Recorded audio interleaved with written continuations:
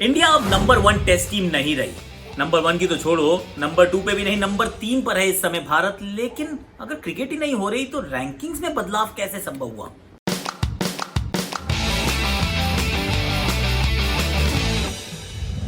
और ये बड़ा सवाल है जो मतलब रैंकिंग्स को जब आप देखते हैं, पहली बात तो रैंकिंग्स को आप उतनी तवज्जो देते हैं जितनी देनी चाहिए, but then it also feels nice जब आप नंबर 1 पर होते हैं या फिर आप वो पायदान पे चढ़ रहे होते हैं। 2016 मुझे याद है जब भारत को टेस्ट मैच मिला था, I think it was in Dharamshala. जब वहां पे मिला था तो उसके बाद से खुश हो गए हम सारे यार कि अब इसके बाद हम पीछे मुड़ के नहीं देखेंगे। We are the best team in the world, best test team in the world. और उसके बाद से लगातार बने भी रहे, हारे जरूर बीच में, लेकिन वो नंबर 1 की जो रैंकिंग थी उसको भारत ने गंवाया नहीं। लेकिन अब क्या हुआ है कि मैचेस तो कोई हुए नहीं है। मार्च 15 फॉर एग्जांपल, मार्च 1 या 15 के आसपास लगा लीजिए, सारा वर्ल्ड शटडाउन हो गया। ना आप खेले ना कोई और खेला, क्योंकि पहले ऐसा होता था कि अगर आप नहीं खेल रहे और दूसरा खेल रहा तो उसको रैंकिंग पॉइंट्स मिले, वो आगे की तरफ भाग गए, आपकी कोई गलती नहीं थी लेकिन आप पीछे खिसक गए। पर इस केस में तो कोई भी नहीं खेल रहा। अगर कोई भी नहीं खेल रहा तो फिर क्यों ऐसा हो रहा है कि भारत तीसरे स्थान पे फिसल जाता है, खिसक जाता है। ऑस्ट्रेलिया पहला, न्यूजीलैंड दूसरा, और ऑस्ट्रेलिया तो एक्चुअली T20s में भी अब नंबर 1 हो गया है। आज से पहले कभी हुए नहीं थे लेकिन अब वहां पे हो गए हैं। पाकिस्तान पीछे की तरफ खिसक गया है। I mean what is going on with the rankings? I will tell you what is happening कि आईसीसी के जो नियम है उस हिसाब से जो पिछला जो साल होता है 12 महीने, उसके आपको 100% पॉइंट्स मिलते हैं। उसके पिछले के जो 2 साल होते हैं उसमें आपको 50% पॉइंट्स मिलते हैं।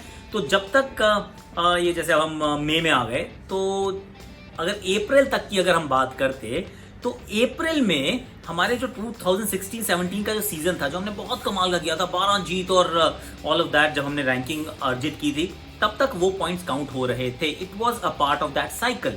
जैसे ही आप मई में गए, it is no longer a part of that cycle. तो अब वो वाले जो आपके अच्छे प्रदर्शन है वो पीछे की तरफ चलेंगे। एंड इमेजिन अगर ऐसा ही रहे, मान लीजिए 6 महीने और क्रिकेट नहीं खेलते, या फिर इसके बाद जब दोबारा क्रिकेट खुलती है, आप in fact India is not going to play lot of test cricket any which way, तो ये भी हो सकता है कि इंडिया चौथे 5वें स्थान पे चला जाए। मतलब इट इज अ पॉसिबिलिटी, क्योंकि फिर आपकी जो ओवरसीज लॉसेज रहे उनको भी काउंट करना पड़ जाएगा, वो ज्यादा उनकी वेटेज होने लग जाएगी एंड ऑल ऑफ दैट। तो इट इज स्लाइटली बिजार कि अगर आप नहीं खेलते हैं तो फिर आगे पीछे आप कैसे हो सकते हैं।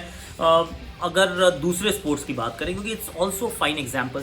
टेनिस में क्या होता है? टेनिस में होता है कि वीक बाय वीक रैंकिंग चलती है, और पिछले साल इसी वीक में से वीक स्टार्टिंग 1 मई टू 6 मई, अब इस वीक में आपने जो पॉइंट अर्जित किए थे वो मैटर करेंगे अगर वो उस 12 महीने के साइकिल का हिस्सा है। तो अगर आप इंजर्ड हो जाते हैं तो फिर आप वो पॉइंट्स अर्जित नहीं करते हैं ना, ऑल दैट। पर अब उन्होंने क्या किया, बैडमिंटन ने, टेबल टेनिस ने, टेनिस ने, इन सब ने कहा कि हमारी जितनी रैंकिंग्स हैं दे आर ऑल फ्रोजन। किसी ने तो मार्च में कर दी, किसी ने अप्रैल में की हैं, but then they are all frozen. इसका मतलब जो जहां था वहीं रहेगा, ना ऊपर जाएगा ना नीचे जाएगा। लेकिन क्रिकेट तो भैया अलग अंदाज में चलता है, इसका सिस्टम ही अलग है। तो पिछले जो लास्ट ईयर की 100% पॉइंट्स, पहले के 50% points, India is no longer the number 1 test team in the world. और अभी कुछ समय तक होने वाला भी नहीं है, क्योंकि जब क्रिकेट शुरू होगी, इंडिया का टेस्ट मैच तो वैसे भी दिसंबर में है, हो सकता है कि उससे पहले कुछ टीम्स टेस्ट मैच खेल जाएं और पॉइंट्स अर्जित कर लें।